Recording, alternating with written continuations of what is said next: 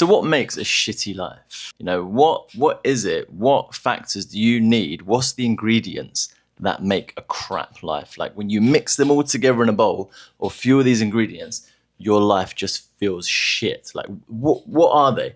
And that's what we're going to talk about in this video. Yeah, I'm going to have to say that one of the first ones of that is a lack of money. And whilst there might be people out there that's going to say, money doesn't bring you happiness, it sort of does to an extent. Like being broke is shit. Like not having the money to be able to do the things that you want to do, it just sucks. But that doesn't necessarily mean that you need, let's say, £1 million in order to actually be happy, because I don't think that's the case either. I don't think anyone needs £1 billion. Like what are you doing with it? Like who needs £1 billion? If you need £1 billion to be happy, there's something wrong with you. Like you're fucked in the head, basically. Anyone who needs that amount of ridiculous wealth to feel happy there's something else going on. But you do need money to sort of do things. I enjoy, for example, eating out. I don't want to have to think about, oh, how much is that going to cost me? I can only get 4 takeaways this month because I don't have the money to go out. I know it's a small thing, but if I can just not think about the money and know that I have the money to just go out and eat when I want, like, yeah, I will be happy. I feel better about that. For me, I don't think money is that big of an issue. Would I like to have more money? Absolutely. But I don't need to be like a millionaire. If I had like, let's say, I don't know, I think in the modern day, maybe like 100K coming in. But then obviously if you have a family, you need more money. And if you have expensive hobbies, like just say you're into like motorsport, then you're probably gonna need even more money. Think about it, like just like calculate how much money do I actually need to live on. You're gonna realize this is a lot lower than you think. Like I think I can live quite comfortably on, let's say, £2,500 a month, as in after tax money. But if I have £2,500 coming in, I'm probably going to be living paycheck to paycheck. So then I'd want at least to be saving £1,000 a month as well, or putting £500 into savings and then £500 into like some sort of stocks and ISAs or something, like some sort of investment, to realistically be in a position where you're not just spinning your wheels. Because if you're living paycheck to paycheck, like that is a fucking shit position to be in. I can tell you that now. And if you're in that position where you need to work out how to essentially save and live on less, whatever that solution is, get creative. The next one I'm going to say is, and a really important one that people often overlook when they're young, is your health.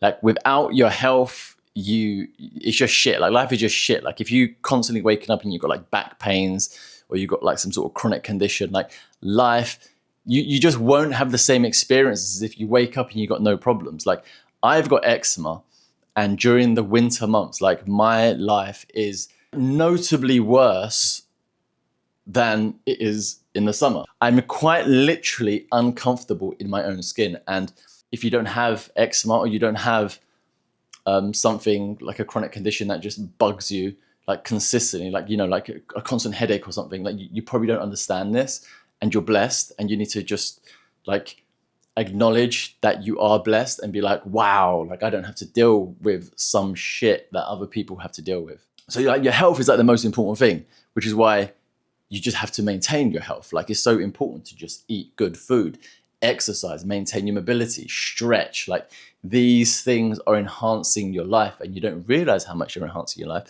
until you've lost it. And then you're like, oh, fuck, look at what you had. And I guess there's the whole thing about you don't know what you've got until you've lost it. Like, you know, that's like a whole thing. If you have your health, be grateful.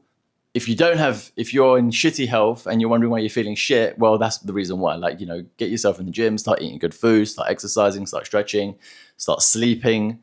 All of this guaranteed will make you just feel better, because it just will. Like we're like a human body. It's like we're meant to be moving. We're not meant to be sat in front of these screens or these whatever like we've just become accustomed to, and just like ordering food on Uber and just like never actually leaving the house. Because why would we want to leave the house and talk to someone or even exercise when everything can be done for us at the click of a button? In the number 3 spot, we have constant comparison that we have with other people. Like that person has a bigger house, that person has a nicer car, that person is thinner, that person has more money than me. And then there's this constant thing. And then obviously we've all heard the saying that comparison is the thief of joy. And that is 100% true. And there was a period in my life when I remember I would compare, I've never really been that self-conscious until it hit me like a bus or like a lorry. And then I was like extremely self-conscious for about, at least like 2 years. 2 years, probably like between like 28 and 30 was like a rough patch for me. And I was like, I'm too short, I'm too broke, I'm too whatever, my nose is too big. And it was like, my skin's not as good as everyone else, I'm a failure. And then like when you get into that mindset, like it fucks you up. Like, it really, really takes a toll. And one of the reasons that's the case is because there's this constant comparison. But when you have this constant comparison, you've essentially got like a lack of gratitude. Like I had so much in my life to be grateful for. Like I had like wicked parents, I wasn't homeless, I was actually making good money. Like I had the ability to sort of do the things that I wanted to do. And I had so much going for me. But people focus on like, yeah, but I don't have this. You've got all these positives, and it's like this huge amount of like, it's like 100, 200 things, yeah. And there's like, 5 things that you maybe like you want, but you don't quite have, but you could always work towards them probably. And then you just focus on that 5 and you just ignore the 100 or 200 positive aspects. And that's a killer, man. Like, so another recipe for an absolutely disastrous life is constant comparison with other people and a lack of gratitude. Yeah, so the next on our list is a lack of relationships, a lack of friends, and a lack of family. This is one of those things that when you're younger, you might take for granted because maybe if you're in school, there's like loads of people, you naturally mingle. But as we get older, like our sort of relationships or the amount of good relationships tend to it just dwindles. It just gets lower. And then everyone gets busy, so busy with life and so busy like trying to make money and like, get a house and like just trying to basically tread water and just do the adulting things, that they neglect their relationships. And I think that is just what makes life just so shit. And I realized that like as I've got older, like I see my friends less and less. And I was like, okay, now I've got more money and I've got more material possessions now. But when I think back to the time, for example, when I graduated university and I used to spend loads of time with my friends in, like none of us even had a house. We just had this garage that we'd all meet like at the end of the day, like usually on the weekend, sometimes during the week. Like they were like such good times. And like it was the times where I was the most poor, but I was so happy. That's how important relationships are. So if you get older and like you just don't have them, you're gonna feel it. Like your life will feel shitter for it. So you do have to invest into relationships. Okay, so the next on our list is a lack of progress, or no progress. And this is one I stumbled across this one when I was in pharmacy. So during the first few years when I was doing pharmacy, it was all exciting, it was all new, it felt great, and I was learning a lot. I was running my own store, and then after a while, and it wasn't that long, it's probably like after like 6 months or something, you just start to realize that a lot of the problems that you're solving are the same problems, just with like different patients, different medicines. And it's like, and then you get this feeling of like, am I learning anything new, or am I just going to repeat the same sort of skills and knowledge over and over and over and over again? So by the time it got to like my 3rd year of practicing as a community pharmacist, I was so bored of the job, and that really just detracted from my life. Like I just felt like I felt this lack of progress, and it led to a great deal of dissatisfaction with my life. I know I'm the happiest whenever I'm learning new things. So whenever I do a job and I stop learning, that's when I begin to basically essentially lose interest. And then when you begin to lose interest, then obviously then everything just sort of goes downhill, because you're like, well, why am I doing this? And then you just feel bad about whatever it is that you're doing.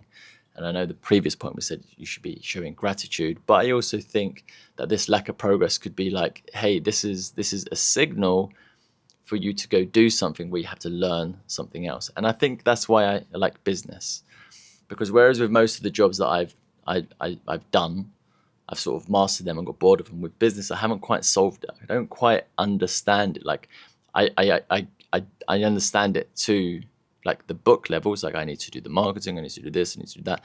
But I haven't mastered it in the sense that,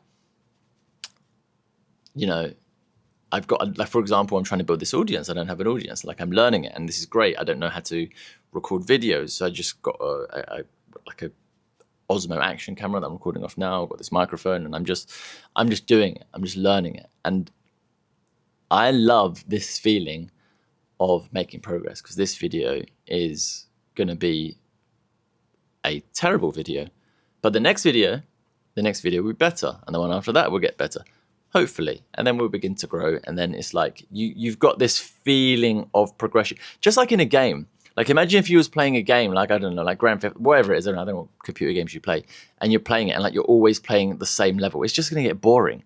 Like, you want to be challenged. You want to go to the next level. You want to feel like the story's going somewhere. So when you've got no progress in your life, it's just like, yeah, that's 100% a reason that your life could be feeling shitty, because you're not making any progress in anything. And it doesn't have to be your job. It can be like your relationship. It could be your hobbies. It has to be something. You have to be progressing in something. If you're not progressing in anything, it's like, what are you doing?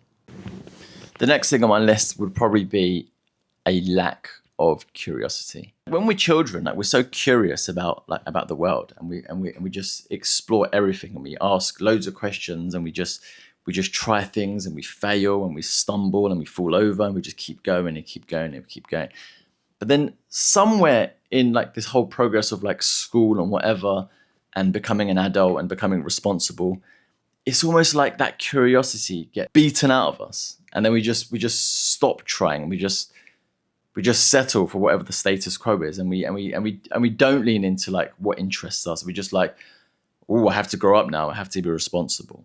And I think that's the very thing that's like sort of sucking the life force out of you. Like, if you're not curious, if you don't lean into your curiosities, like, what are you doing? Like, you're a robot. You just basically, that's what you are. You're a robot. Like, you're not. You need to lean into your curiosities. I'm not saying like go out and quit your job and just go all hedonistic and wild or whatever. I'm not saying that. I'm just saying, like, let's say, you've always wanted to go play the piano. Like, go take some lessons. Oh, I've always wanted to learn how to draw. Well, go learn draw. There's like, we're at a time in technology, in history, where like anything you want to learn or anything you want to do is pretty accessible with the internet. Do you know what I mean? If you want to learn a language, like, go get a tutor. If you get one in person, or you get one on the internet, like, or get a book and just like start practicing it, and then maybe just go to that country and just start speaking to people. Just lean into your curiosities. And I think the moment and I think the majority of people just don't do this. The moment you stop being curious about the world and curious about like the things that interest you, you become dead. You literally become dead inside, and life just gets shittier. Just lean into your curiosities. Like, you're going to hear, if you stick around on this channel, you're going to hear me say that over and over and over and over and again, because it's like something I really, really believe in. I think you should lean into your curiosities. Like, that is what makes us human, and that is what enriches the sort of like the human experience of life. Okay, now this next one maybe doesn't apply to everyone, but this one 100% like really, really affects me. And it's this idea of feeling trapped in a single location. Like, for me, I want to explore the world. I want to travel. We're here for like maybe 80 summers, and then we're going to die. And then like the first 20 of those is your education. The last 20 of those, you're just going to be old, or you're not going to. Traveling when you're younger is a lot more different experience than traveling when you're older. Anyway, the point I'm trying to make, that I'm rambling on about, is this idea of just feeling trapped. Like, when I'm working, when I'm in a job, when I'm in a pharmacy, for example, when I was in pharmacy, I just felt trapped in those four walls. I felt like I can't go anywhere for this 8 or 10 hours, whatever your shift is. Like, I'm stuck in this pharmacy, and that just, not just trapped in the pharmacy, but you're also stuck in the UK. Like, I cannot travel. I have to request permission from my boss to take, let's say, a week off or 2 weeks off or a couple of days off, so I can maybe travel around the world. And then, like, you go to a country and you're there for like 2 days, and then you got to come back to reality where it's just, and you're just like, oh my God, like my life is being controlled by someone else. And that's the feeling I mean by being trapped. Like, I can't pick my own location. I want to be, I love remote work because it gives me the flexibility to work from a cafe. It gives me the flexibility to at least move around nationally. But ideally, I'd want to be in a position where I can move around globally. I can work from a different country. Like, as long as the work's getting done, the work's getting done. So this is a big one, and I don't think this necessarily applies to everyone, because I know people that they're like, I would never want to leave England. And there's a lot of people that are like, I love coming into the office. But if this one resonates with you, like, I'm sure you 100% know what I mean, where you feel almost like a caged animal, like a prisoner.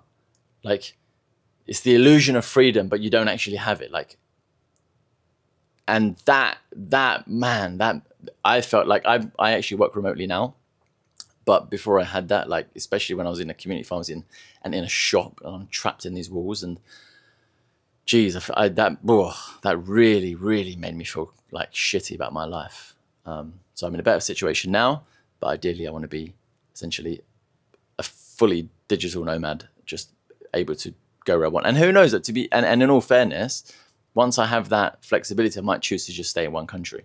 But the point is, it would be my choice. Whereas right now, I almost feel like I don't have that choice. The choice is being made for me. Like, you have to be here. Again, I think this comes down to the idea that I'm not owning my decision, because I can't own that decision. Like, I want to own the decision, and which is the reason why I'm sort of stepping into business, because I want to be able to own that decision. So yeah, so feeling trapped, like, location wise, for me is 100% a recipe for a totally shitty life. Now, the last one on my list is just a lack of passions or hobbies. And I feel like as people get older, I guess this sort of ties in with this idea of the lack of curiosity, where they just sort of, yeah, I used to play football, I no longer play football. Oh yeah, I used to play an instrument, I no longer play an instrument. Oh, why didn't you play an instrument? Oh, because, you got older, I got responsibilities. And I just feel like I said, just people just turn into robots as they get older. They just work, and then they have a mortgage, and then that's it. Maybe they play with their kids for like half an hour before they go to bed, and then they just do that for 50 years and then die. And I'm just thinking, like, Jesus, like, how are you spending your life? Like, get some hobbies, do some hobbies. You don't have to turn into like an empty shell of a human being just because you've got responsibilities. Like, cool, find a way to actually put stuff you're interested in your life. You're interested in cooking? Take cookery classes. Take an hour out of your life or 2 hours out of your life and like go to a class on like the weekend or something. Like, your wife can watch the kids or something, or you can drop them off at your grandma's house. I don't know, whatever it is. Like, someone has to, you have to figure it out. But the point of the matter is, don't completely drop like the things that you're interested in, like the things that actually once brought you joy. And then don't use the excuse, well, I'm an adult now, you have to grow up one day. It's like, no, you don't. No, that whoever said that, just like, I hate that saying, like, grow up. What does that mean? What does that? I have to grow up and what would be a miserable dickhead? Like, no, thank you. I don't want to be a miserable dickhead, because like, I'm actually trying to create a life that I like, and a life that I like has things that I'm interested in that life. That includes passions and hobbies. So if I strip my passions and hobbies, like, what's left? Like, work and responsibilities. Like, that's an ingredient for a shitty life. So don't do that. I think that's like 8 things. I mean, there are more, but like, those to me are like the big ones. Like, if you have like any of those sort of missing, like, I think most people would feel that their life's pretty shitty. So yeah, if you are missing any of those, put them in it. If you're not missing any of those, good for you. Show gratitude, and yeah, man, live life. This is an amazing opportunity we all get to live. We have maybe 80 years if we're lucky, and I just want to see people actually just like having a good life, rather than just existing and breathing and consuming and then just dying. Yeah, that's what I've got for you. Until the next one.